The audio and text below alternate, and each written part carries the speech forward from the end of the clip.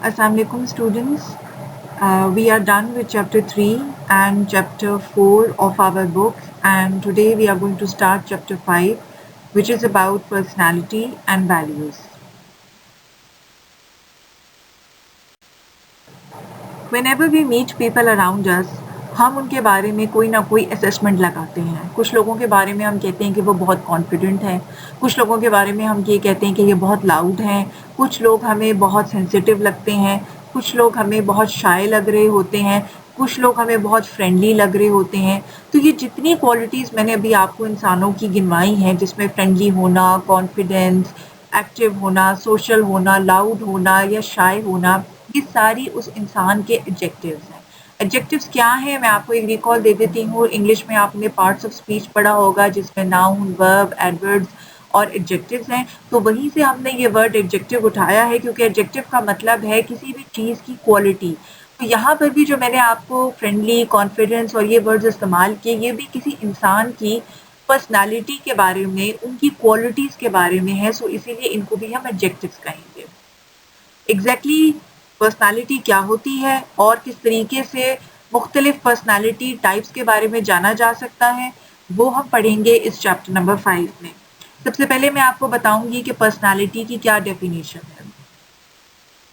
The definition of personality we most frequently use was produced by Gordon Allport nearly 70 years ago.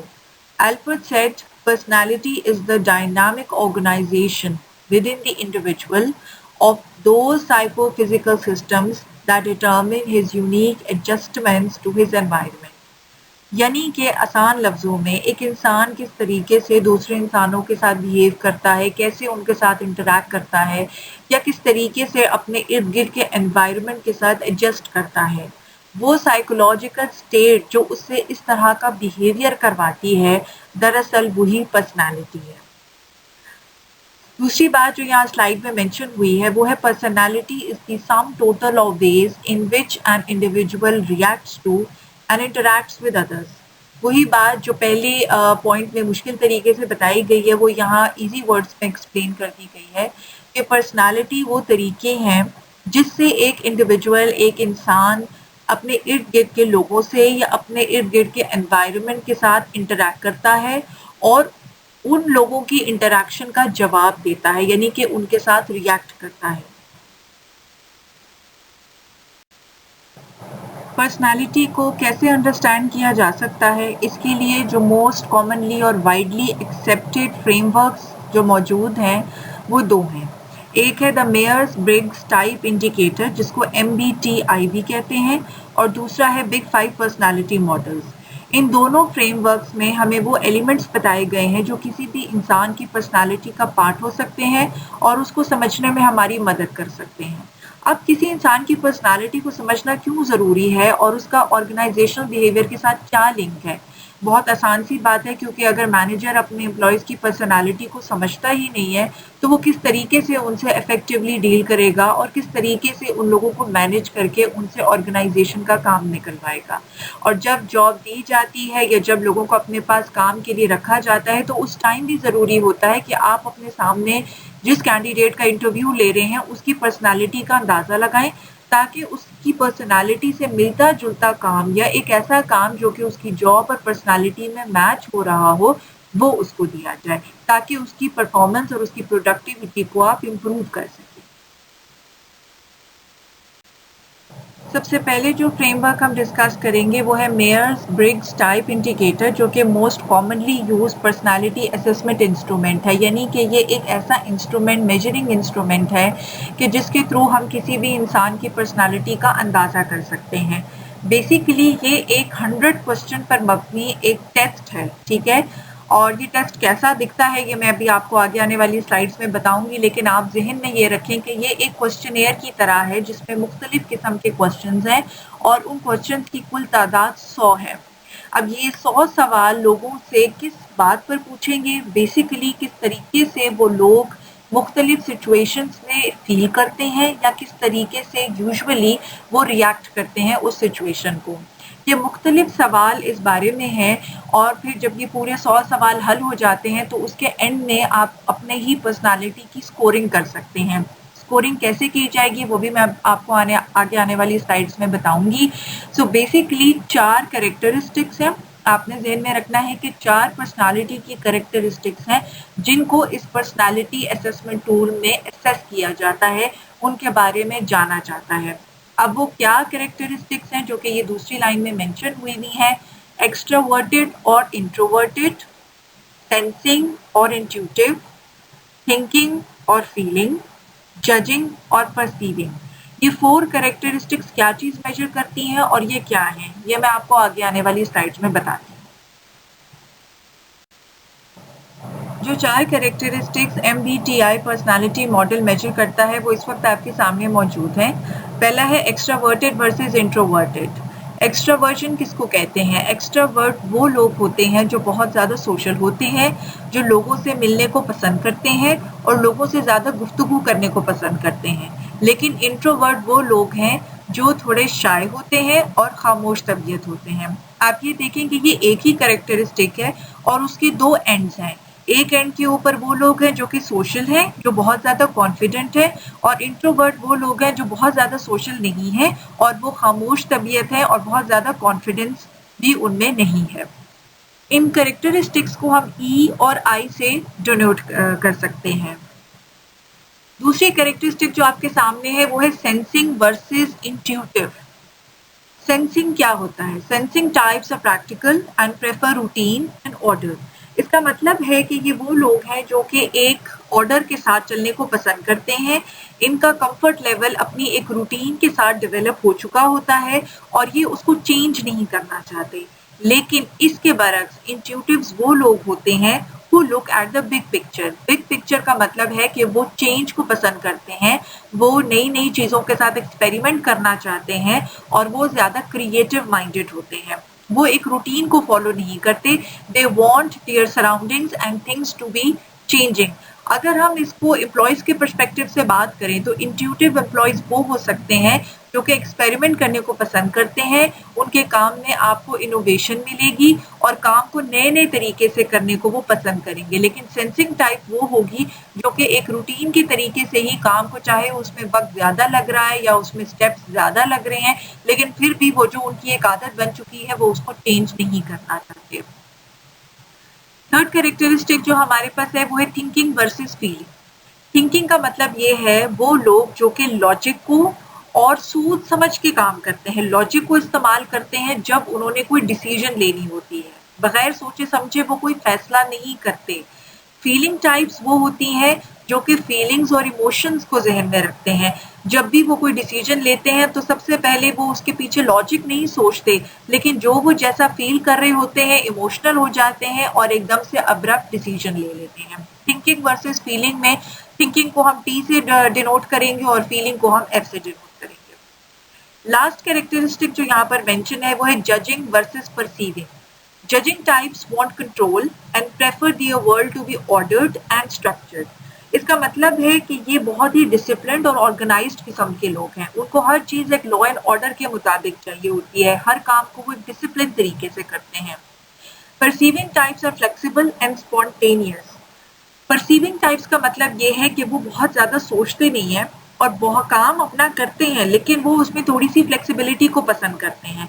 वो ये नहीं चाहते कि बहुत ही स्ट्रिक्ट किस्म के लॉज और रेगुलेशन जो है वो उनके ऊपर हावी कर दिए जाएं और उनको लाजमन एक बहुत ही स्ट्रिक्ट ऑर्गेनाइजेशन तरीके के साथ जो है काम करना पड़े। पर ये लोग कामचोर नहीं होंगे।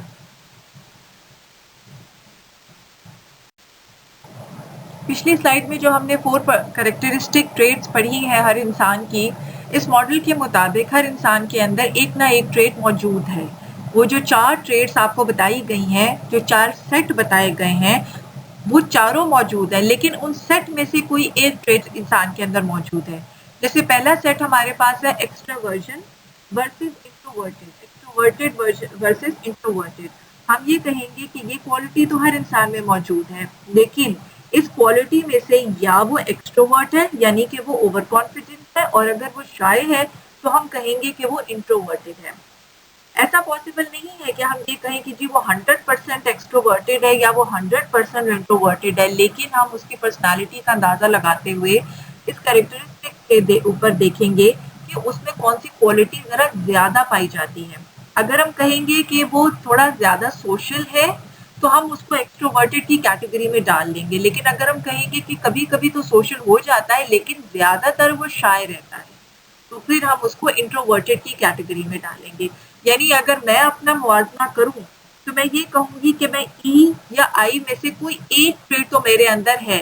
लेट्स सपोज़ मैं कहती हूँ कि मैं एक्सट्रोवर्ट हूँ, क्योंकि मैं सोशल हूँ, मैं फ्रेंडली हूँ और मैं बातचीत को पसंद करती हूँ, तो मैंने कहा कि इस सेट में से मेरे पास एक कैरेक्टरिस्टिक जो मौजूद है, वो है ई। दूसरा सेट जो हमारे पास मौजूद है वो है सेंसिंग वर्सेस इंट्यूटिव। अब मैंने आपको पिछली स्लाइड में बताया कि सेंसिंग कौन होते हैं और इंट्यूटिव पीपल कौन से होते हैं। सेंसिंग लोग वो होते हैं जो कि रूटीन के काम को पसंद करते हैं और इंट्यूटिव लोग वो होते हैं जो नए एक्सपेरिमेंट्स या चेंज को प्रेफर करते हैं और वो ज़्यादा क्रिएटिव माइंडेड होते हैं। अब मेरे में इस कैरेक्टरिस्टिक सेट में से कोई एक क्वालिटी तो मौजूद है, या मैं ज़्यादा सेंसिंग हूँ या ही मैं ज़्यादा इंट्यूटिव हूँ। लेट्स सपोज़ मैं कहती हूँ कि कभी-कभी मुझे होता है कि चेंज हो, लेकिन ज़्यादातर मैं यही चाहती हूँ कि रूटीन का ही काम मेरे पास आए। तो मैं कहूँगी कि मैं सेंसिंग हूँ। यानी कि एक तो मैंने आपको बताया कि जी मेरे अंदर इक्वालिटी मौजूद है क्योंकि मैं एक एक्सट्रोवर्ट हूँ और दूसरी ट्रेट मेरे पास क्या है एसई, क्योंकि मैं सेंसिंग ट्रेट मेरे अंदर ज़्यादा मौजूद है as compare to the intuitive field.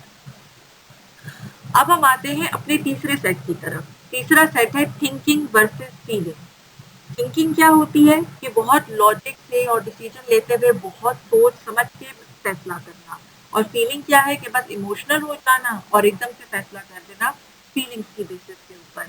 अब इन दोनों में से इस कैरेक्टरिस्टिक ट्रेट में से कोई एक ट्रेट मेरे अंदर मौजूद है, या मैं थिंकिंग हूँ या मैं फीलिंग हूँ। अगर मैं बहुत ज़्यादा सोच समझ के फैसले लेती हूँ तो मैं थिंकिंग हूँ, लेकिन अगर मैं ये कहूँ कि भाई कभी-कभी मैं फैसले सोच के लेती हूँ लेकिन ज़्यादातर मैं इमोशनल होकर ले लेती हूँ, तो फिर मेरी फीलिंग एफ आएगी।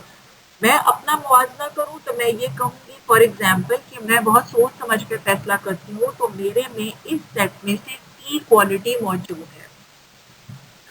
अब हम आते हैं चौथे सेट की तरफ। चौथा सेट है जजिंग वर्सेस परसीविंग। जजिंग का मतलब है कि मुझे बहुत ज़्यादा डिसिप्लिन पसंद है, मुझे बहुत ज़्यादा लॉ एंड ऑर्डर पसंद है, और परसीविंग का मतलब ये है कि मैं फ्लेक्सिबिलिटी पसंद करती हूँ, मैं थोड़ी-सी नरमी पसंद करती हूँ। अब इस सेट में से भी कोई एक ना एक क्वालिटी मेरे अंदर मौजूद है, लेकिन वो कौन-सी क्वालिटी वो है जो कि मेरे पे ज़्यादा हावी है। फॉर एग्ज़ाम्पल मैं कहती हूँ कि मैं जजिंग ज़्यादा हूँ। जजिंग ज़्यादा इसलिए हूँ क्योंकि मैं बहुत डिसिप्लिन्ड और ऑर्गेनाइज़्ड तरीके से काम करना चाहती हूँ। अब आपने ये देखा कि इन चारों सेट्स में से मैंने अपने आप को एक-एक क्वालिटी असाइन की। मैंने कहा मैं एक्सट्रोवर्ट हूँ, यानी कि मैं ई हूँ। मैंने कहा कि मैं सेंसिंग ज़्यादा हूँ, तो मैं एस हूँ। मैंने कहा कि मैं थिंकिंग ज़्यादा हूँ, तो मैं टी हूँ। और फिर मैंने कहा कि जी मैं जजिंग ज़्यादा हूँ, तो मैं जे हूँ। तो मेरी पर्सनैलिटी टाइप क्या हो गई, इन चारों को मिला के ई एस टी जे। यानी कि मैं एक एक्सट्रोवर्ट भी हूँ, मैं सेंस भी कर सकती हूँ, मैं सोचती भी ज़्यादा हूँ और मैं जजिंग भी ज़्यादा हूँ। मेरी क्वालिटी है ई एस टी जे। ठीक है। अब हमारे सामने इस तरह से हर इंसान के एक डिफरेंट सेट बन जाएंगे, क्योंकि हर इंसान जब अपना या किसी और की पर्सनालिटी का असेसमेंट करने बैठेगा, तो वो इन चारों कैरेक्टरिस्टिक्स के सेट में से कोई ना कोई एक कैरेक्टरिस्टिक को ज़रूर चूज़ करेगा, और चूज़ करने के बाद इस तरीके से 4 अल्फ़ाबेट का उसके पास एक सेट आ जाएगा। अब इन 4 कैरेक्टरिस्टिक्स को जब हम ज़हन में रखें, तो जिन लोगों की मैथ्स थोड़ी अच्छी है, वो समझ सकते हैं कि हमारे पास इस तरीके से टोटल 16 पर्सनैलिटी टाइप्स बनती हैं। क्योंकि हम अगर हर इंसान के लिए एक-एक ट्रेट चूज़ करने लग जाएँ 4 पेयर्स में से, तो हमारे पास टोटल 16 पर्सनैलिटी टाइप्स आती हैं। अब वो पर्सनैलिटी टाइप्स क्या हैं, वो आप अगली स्लाइड में अंडरस्टैंड कर सकते हैं। Whenever we meet people around us, हम उनके बारे में कोई ना कोई असेसमेंट लगाते हैं। कुछ लोगों के बारे में हम कहते हैं कि वो बहुत कॉन्फिडेंट हैं, कुछ लोगों के बारे में हम ये कहते हैं कि ये बहुत लाउड हैं, कुछ लोग हमें बहुत सेंसिटिव लगते हैं, कुछ लोग हमें बहुत शाय लग रहे होते हैं, कुछ लोग हमें बहुत फ्रेंडली लग रहे होते हैं। तो ये जितनी क्वालिटीज़ मैंने अभी आपको इंसानों की गिनवाई हैं, जिसमें फ्रेंडली होना, कॉन्फिडेंस, एक्टिव होना, सोशल होना, लाउड होना या शाय होना, ये सारी उस इंसान के एडजेक्टिव्स हैं। एडजेक्टिव्स क्या हैं मैं आपको एक रिकॉल दे देती हूँ। इंग्लिश में आपने पार्ट्स ऑफ स्पीच पढ़ा होगा जिसमें नाउन, वर्ब, एडवर्ब्स और एडजेक्टिव्स हैं। तो वहीं से हमने ये वर्ड एडजेक्टिव उठाया है क्योंकि एडजेक्टिव का मतलब है किसी भी चीज़ की क्वालिटी। तो यहाँ पर भी जो मैंने आपको फ्रेंडली, कॉन्फिडेंस और ये वर्ड्स इस्तेमाल किए, ये भी किसी इंसान की पर्सनैलिटी के बारे में, उनकी क्वालिटीज़ के बारे में है, सो इसीलिए इनको भी हम एडजेक्टिव्स कहेंगे। एग्जैक्टली पर्सनालिटी क्या होती है और किस तरीके से मुख्तलिफ पर्सनालिटी टाइप्स के बारे में जाना जा सकता है, वो हम पढ़ेंगे इस चैप्टर नंबर 5 में। सबसे पहले मैं आपको बताऊंगी कि पर्सनालिटी की क्या डेफिनेशन है।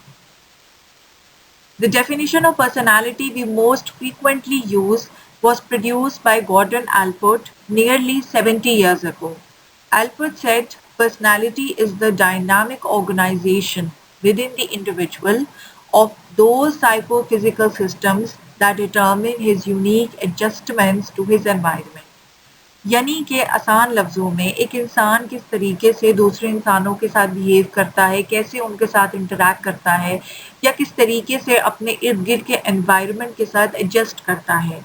वो साइकोलॉजिकल स्टेट जो उससे इस तरह जी, हमने 16 personality types MBTI personality types जो हैं उनको डिस्कस कर लिया है। अगर आपको कोई इश्यू हो इनको समझने में तो आप मुझसे कॉन्टैक्ट कर सकते हैं और क्वेरी आप मुझे भेजें तो मैं आपको उसका जवाब दूँगी, आपको उसको मज़ीद समझाने की कोशिश करूँगी। अब आपकी जो असाइनमेंट है वो भी इसी एमबीटीआई पर्सनैलिटी टाइप से लिंक्ड है। जैसा कि मैंने आपको शुरू में बताया था कि इस पर्सनैलिटी टाइप को मेजर करने के लिए जो स्टैंडर्ड क्वेश्चनेयर्स बने हुए हैं उनमें 100 क्वेश्चंस हैं। ये वो क्वेश्चनेयर्स हैं जो कि मैंने या आपने नहीं बनाए बल्कि ये प्रॉपर सर्टिफाइड साइकोलॉजिस्ट ने जो कि पर्सनैलिटीज़ की असेसमेंट करते हैं और पर्सनैलिटी को बाकायदा पढ़ते हैं और उनके ऊपर रिसर्च करते हैं, ये उन्होंने बनाए हैं। अब आप 100 सवाल फिलअप नहीं कर सकते, ठीक है, लेकिन कुछ ऐसे साइकोलॉजिस्ट भी हैं जिन्होंने 100 सवालों की बजाय शॉर्ट फॉर्म ऑफ क्वेश्चनेयर्स भी बना रखे हैं। जैसे कि एक है जो कि मैंने आगे आने वाली स्लाइड्स में आपके लिए अटैच किया है, लेकिन मैं आपको इसकी ओरिजिनल कॉपी भी भेज दूंगी। इस क्वेश्चनेयर में बेसिकली 50 सवाल हैं। ये वो 50 सवाल हैं जो कि उन ट्रेड्स को मेजर करते हैं जिनको अभी हमने डिस्कस किया है और आपने इन सब ये एमसीक्यू सवाल होंगे। बेसिकली आपके आगे एक सवाल होगा और उसके आगे ऑप्शंस होंगे। आपने उसमें से जो मोस्ट सूटेबल ऑप्शन जो आप जिस तरीके से रिएक्ट करते हैं या फील करते हैं आपने वो मेंशन उसमें कर देनी है और इसके एंड में आपको एक स्कोरिंग शीट मिलेगी। वो स्कोरिंग शीट कैसे फिलअप करनी है वो मैं आपको बताती हूँ, लेकिन उसी स्कोरिंग शीट के बाद आप ऐसा कर सकते हैं कि आपकी अपनी ज़ाती एमबीटीआई पर्सनैलिटी टाइप कौन सी है। सबसे पहले आपने अपनी टाइप डिटरमिन करनी है और उस टाइप को डिटरमिन करने के बाद आपने बताना है कि आपके ख्याल से कौन सी जॉब है जो कि इस पर्सनालिटी टाइप को सूट करती है। मसलन मैं आपको एक सिंपल एग्जांपल दे देती हूँ। लेट्स सपोज हम ये कहते हैं कि मेरी पर्सनालिटी टाइप जो है वो ईएसटीपी थी, ठीक है। अब मैं ये कहती हूँ कि अगर मैं एक एक्सट्रोवर्ट हूँ यानी कि मैं कॉन्फिडेंट हूँ, यानी कि मैं सोशल हूँ और मैं फ्रेंडली हूँ, मैं लोगों से बातचीत करने को पसंद करती हूँ, तो मेरे लिए मार्केटिंग या सेल्स की या बीइंग अ टीचर जो जॉब है वो ठीक है, बिकॉज बीइंग अ टीचर मुझे स्टूडेंट्स के साथ इंटरैक्ट करना होता है और अगर मैं बहुत शाय हूँ या अगर मैं अंडर कॉन्फिडेंट हूँ तो फिर मैं स्टूडेंट से उस तरीके से इंटरैक्ट नहीं कर सकती, मैं एक क्लास को सही तरीके से कैरी आउट नहीं कर सकती। सिमिलरली एक ऐसा शख्स जो कि इंट्रोवर्ट हो वो अपने प्रोडक्ट को सेल ही नहीं कर सकता अगर वो लोगों से बात करने से कतराएगा। तो ये एक छोटी सी एग्जाम्पल मैंने दी है कि एक्सट्रोवर्ट होने का मतलब ये है कि आपको एक ऐसी जॉब सूट करती है कि जिसमें आपकी लोगों से इंटरेक्शन ज्यादा हो और आपको ज्यादा से ज्यादा सोशलाइजिंग और बात करने का, अपनी बात को दूसरों तक पहुंचाने का मौका मिले, ठीक है। लेकिन आपने हर एक ने इसको ऐसे नहीं लिख देना। बेसिकली आपकी जो भी पर्सनालिटी टाइप डिटरमिन होगी आपने उसके हिसाब से जो है आपने खुद बताना है कि आपके ख्याल में कि कौन सी जॉब आपको लगता है कि इस पर्सनालिटी टाइप के लिए आपको सूट करती है। I just want a small paragraph, कोई लंबी चौड़ी रिपोर्ट बनाने की जरूरत नहीं है।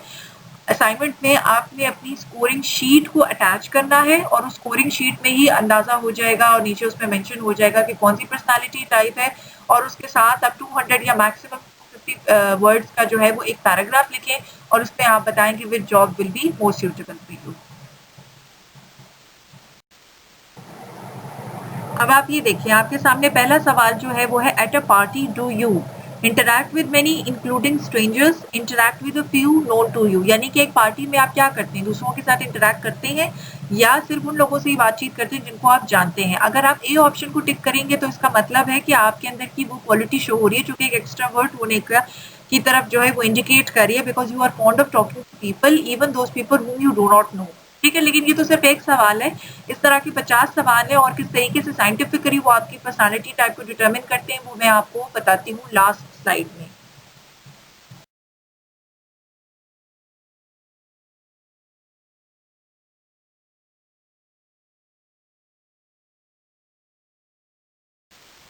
ये देखें, ये स्कोरिंग कार्ड आपके पास बना हुआ है और इसमें आपने ये करना है कि जैसे पहले सवाल में अगर आपने ए ऑप्शन को चूज़ किया था, तो आप इसमें जो नंबर 1 सीरियल गिवन है कॉलम A1 में, आप उसमें से ए पे टिक कर देंगे। लेट्स सपोज क्वेश्चन नंबर 2 के लिए आपने बी ऑप्शन को टिक किया था, तो आप इसमें बी पर टिक कर देंगे।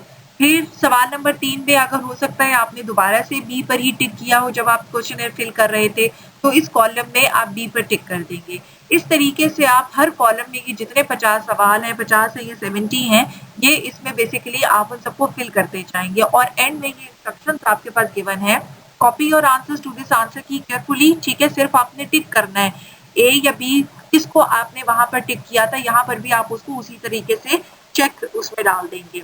इसके बाद आप इन कॉलम्स को एड अप करेंगे। आप कॉलम नंबर 1 में देखेंगे ए में कितने टिक आए, लेट्स सपोज आपके पास 4 आए और बी में आपने देखा तो आपके पास 7 आए। लेकिन अगर हम इसी कॉलम को नीचे जाके देखें तो 4 के साथ ई शो हो रहा है और आई के साथ वो नंबर जो मैंने आपको 7 बताया था वो शो हो रहा है। ये सिर्फ मैं आपको एक एग्जांपल दे रही हूँ बताने के लिए। और अगर हम ये कहेंगे कि ज़्यादा चेक ई को मिलते हैं तो आप अपनी पर्सनालिटी टाइप ई लिख लेंगे, और अगर आपको ज़्यादा टिक या ज़्यादा चेक आपने आई के कॉलम में किए हैं तो उसका मतलब है कि आपने वो सवालों के पॉजिटिव उस तरीके से जवाब दिए जो कि आपकी इंट्रोवर्जन कैरेक्टरिस्टिक को शो करते हैं।